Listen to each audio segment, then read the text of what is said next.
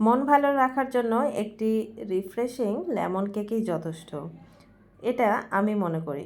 কারণ যখন lemon cake আপনি ঠান্ডা ঠান্ডা একটা লেমন কেক উপভোগ করবেন, তখন মনে হবে যে মনটা যদি খারাপও থাকে, অনেক সময় দেখা যায়, তখন এই টাইমে এই কেকটা একদম পারফেক্ট। যদিও আমি ওই মিন করে বলিনি, যে কোনো সময়ই এই লেমন কেকটা অনেক ভালো। যারা লেমন টাইপের কেক পছন্দ করেন তাদের জন্য মজার একটি কেক।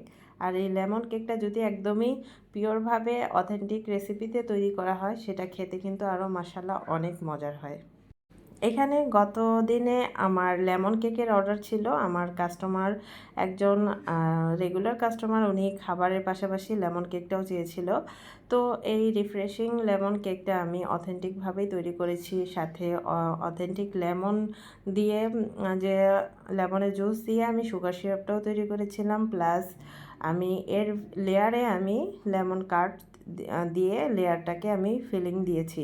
আর ফিলিংয়ে যদি লেমন কাট থাকে, তাতে কিন্তু যারা এটা জানেন তাদের কাছে অনেক মজার একটি কেক হয়, কারণ একদমই ফ্রেশ লেমন জুস দিয়ে এই লেমন কাটটা তৈরি করা হয়।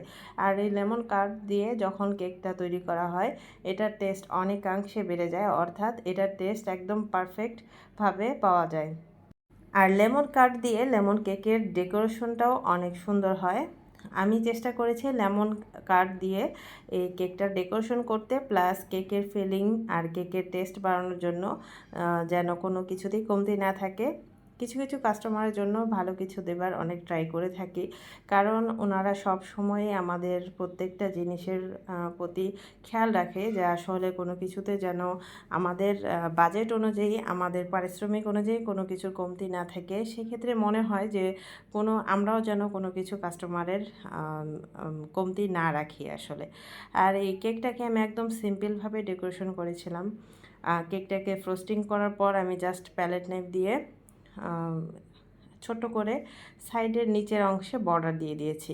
আর প্যালেট নাইফ দিয়ে বর্ডারটা দেবার পর জাস্ট এভাবে আমি লেমন কাট দিয়ে এটার উপরে জাস্ট এভাবে টেনে টেনে প্যালেট নাইফ ডিজাইন করে নিয়েছি। আর এটা দেখতেও কিন্তু মাশাআল্লাহ অনেক সুন্দর ছিল, সিম্পলি অনেক সুন্দর লেমন ডিজাইন।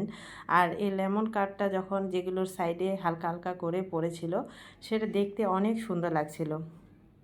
আর এই কেকটার ছবি তুলতে আমি অনেক প্যারা নিয়েছি আসলে। এই কেকটার যে রিয়েলিটি যে কালারটা ছিল, সেটার কালার কেন যেন আমার ফোনে ফুটছিল না, আর সেজন্য মনে হচ্ছিল যে অপূর্ণতা লাগছিল। লাস্টে যেহেতু আমি লেমন কেক নিয়েছি, তাই আমি লেমন নিয়ে আমি ফ্রেশ লেমন দিয়ে এই লেমন কেকের ডেকোরেশনটা করলাম। ছোট ছোট করে পিস করে জাস্ট উপরে ডেকোরেশনে ইউজ করলাম লেমন। আর এটা দেখতে মাশাআল্লাহ অনেক সুন্দর হয়েছে। আশা করি আপনাদের কাছেও ভিডিওটা ভালো লেগেছে। আর ভিডিওটা ভালো লেগে থাকলে অবশ্যই বেশি বেশি করে শেয়ার করবেন, আর একটি করে কমেন্ট করে যাবেন যে আপনাদের কাছে কেমন লেগেছে। সবাই ভালো থাকবেন। আল্লাহ হাফেজ।